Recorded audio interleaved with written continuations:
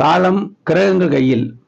உண்மை ஜோதிடத்தை உலகிற்கு எடுத்துக் கூறும் உங்கள் புதிய வரலாறு டிவி. வணக்கம்.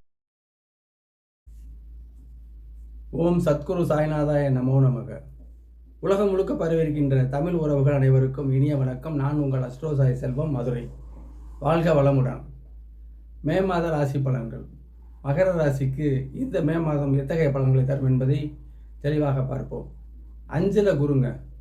அதிர்ஷ்டஸ்தானம் 5, திரிகோணஸ்தானம் 5ஆம் இடம், தெய்வீக ஸ்தானம். அங்கே குரு வருவது மிக மேன்மையான பலன்கள். இதுவரைக்கும் பின்தங்கி இருந்த மகர ராசி அன்பர்களுக்கு இனிமேல் நல்ல காலம் ஆரம்பிக்க போகுது. பொற்காலம்னு சொல்லலாம். 5ல் குரு இருக்கும் பொழுது ராசியை பார்ப்பார். தேக ஆரோக்கியம், முயற்சி, ஒரு புத்துணர்ச்சி எல்லாமே ஏற்படும். 9ஆம் இடம் பாக்கியஸ்தானம். தந்தையார் அமைப்புக்கு நல்ல பலன்கள், தந்தையார் அனுகூலங்கள் இருக்கும். பூர்வீக சொத்துக்கள் கிடைக்கக்கூடிய அமைப்புகள் இருக்கும். 11ஆம் இடம் மூத்த சகோதரத்துக்கு நல்ல அமைப்பாக இருக்கும். மகர ராசிக்கு லாபங்கள் கண்டிப்பாக கிடைக்கக்கூடிய அமைப்பு. தொழில் அமைப்பு, வேலை அமைப்பு சிறப்பாக மே மாதத்திலிருந்து கண்டிப்பாக இருக்க போகுது. 2ல் சனி, அதாவது ஜென்மச்சனியில் இருக்கும்போது தான் மன அழுத்தத்தில் இருந்தாங்க மகர ராசி. இப்போ 2ஆம் இடத்துக்கு பாதச்சனியாக வரும்போது ஒன்றும் பிரச்சனை இல்லை. பாதச்சனி முடிவடைந்த உடனே அதாவது அனைத்தும் நடக்கக்கூடிய அமைப்பு மகரத்துக்கு உண்டு. அது 2025ஆம் ஆண்டு 6வது மாதம் முதல் சுத்தமாக ஏழரைச்சனியுடைய அமைப்பு விடுது. அது வரைக்கும் இப்போ நல்ல பலன் தான். ஜென்மச்சனிக்கு பிறகு நல்ல பலன் தான். 3ல் செவ்வாய் பற்றி பிரச்சனை இல்லை. இப்போ குரு பார்வை, நான் ஏற்கனவே சொன்ன மாதிரி ராசியை பார்க்கறனால புத்துணர்ச்சியாக இருப்பீங்க. 9ஆம் இடம் தந்தையாருடைய ஆரோக்கியம், தந்தையாருக்கு நல்லபடியாக இருக்கும். 11ஆம் இடம் லாபங்கள் கிடைக்கும், மூத்த சகோதரர் நல்லபடியாக இருக்கும். சுக்கிரன் 10ஆம் இடத்தை பார்க்கறனால தொழில் தொடங்கும் எண்ணங்கள் உருவாகும். வேலையில் சிறப்பாக இருக்கக்கூடிய அமைப்புகளும் எடுத்துக்கோங்க. சைடு தொழிலில் ஏற்படக்கூடிய அமைப்புகளுக்கும் அது உருவாகும் கண்டிப்பாக. இப்போ மகரத்துக்கு இப்பொழுது நல்ல பலனை நோக்கி போய்கிட்டு இருக்கீங்கன்னு சொல்லணும். சந்திராசிரமம் மே 15ஆம் தேதி பகல் 3:25 17ஆம் தேதி விடிகாலை 4:05 வரைக்கும் சந்திராசிரமம். கவனமாக இருக்கணும். குலதெய்வம், இஷ்ட தெய்வம், கிராம தெய்வத்தை மனசில் நினச்சி வழிபடுத்தணும். மனிதனமும் இறை வழிபாடு நம்மளை நல்ல முன்னேற்றத்தை கொண்டு போகும். மகர ராசி அன்பர்களுக்கு வாழ்த்துக்கள். அடுத்து கும்பராசி. 4ல் குருங்க. சுகஸ்தானத்துக்கு குரு வராரு.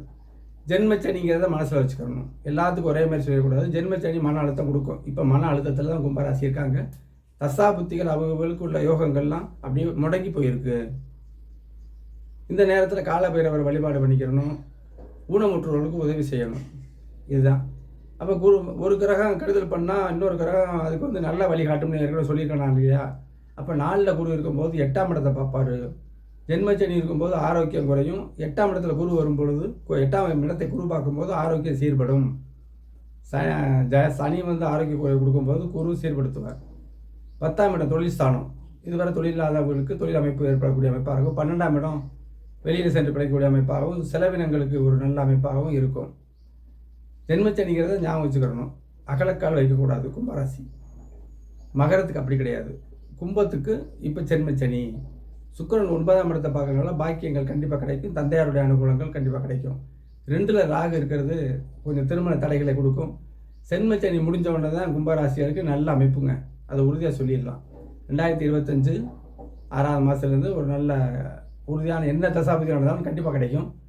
இப்போ இந்த மே மாதம் ஆரோக்கியம் சீர்படும், தொழில் அமைப்பு ஏற்படும், எல்லாமே இருக்கும். தடைக்கு பின் நம்ம ஜென்மச்சனி இருக்கும்போது சோம்பலாக இல்லாமல் முயற்சி செய்து ஒரு நம்ம நல்ல அமைப்பை ஏற்படுத்திக்கிறணும். கண்டிப்பாக காலபைரவர் வழிபாடு நீங்கள் செய்யணும். குலதெய்வத்தை வழிபடணும். இந்த நேரத்தில் கிராம தெய்வத்தை வழிபடணும். இஷ்ட தெய்வங்களை வழிபடணும். சந்திராசிரமம் உங்களுக்கு மே 17 காலை 4:06 முதல் மே 20ஆம் தேதி மாலை 4:34 வரைக்கும் சந்திராசிரமம். ஏற்கனவே ஜென்மச்சனி நடந்துக்கிட்டு இருக்கு. மிகுந்த மன உளைச்சல் சந்திராசிரமம் தரும்.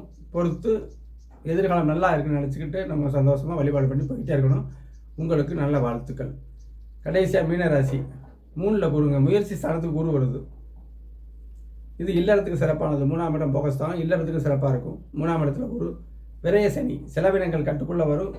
வீண் செலவுகள் செய்யாமல் சேமித்து வச்சுக்கிறணும் இப்போ அப்படிங்கிறது ஒரு நல்ல அமைப்பு. ராசியில் ராகு இருக்கிறது சில ஆரோக்கிய குறைகளை கொடுக்கும். 3ஆம் இடம் தேகஸ்தானம். அங்கே குரு வரும்பொழுது ஆரோக்கியம் சீர்படும். ஒரு கிரகம் கெடுதல் பண்ணால் இன்னொரு கிரகம் மறந்து போகணும்னு சொல்கிற கதையில் இப்படி பார்த்துக்கணும். குரு பார்வை 7ஆம் இடம். மனைவி வழியில் ஒரு ஒற்றுமைகள் நல்ல அமைப்பாக இருக்கும். 9ஆம் இடம் பாகிஸ்தான் நல்லா இருக்குது. தெய்வீக காரியங்கள் செய்யக்கூடிய அமைப்புகள் வரும். தந்தையார் வழி உறவுகள் சீர்படும். 11ஆம் இடம் லாபம் கிடைக்கும். மூத்த சகோதரர் இருந்தால் அவரால் லாபங்கள் கிடைக்கும். சுக்கிரன் 8ஆம் இடத்தை பார்க்கறதுனால ஆரோக்கியம் சீர்படும்.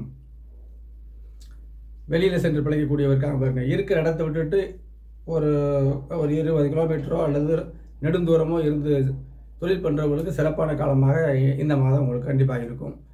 சந்திராஷ்டமம் மே 20ஆம் தேதி மாலை 4:35 முதல் 22ஆம் தேதி 2:55 இரவு வரைக்கும் சந்திராஷ்டமம். கொஞ்சம் கவனிச்சது, ஏன்னா சந்திரன் வந்து மீனத்துக்கு 5ஆம் அதிபதி, சிந்தனையை குழப்பும்.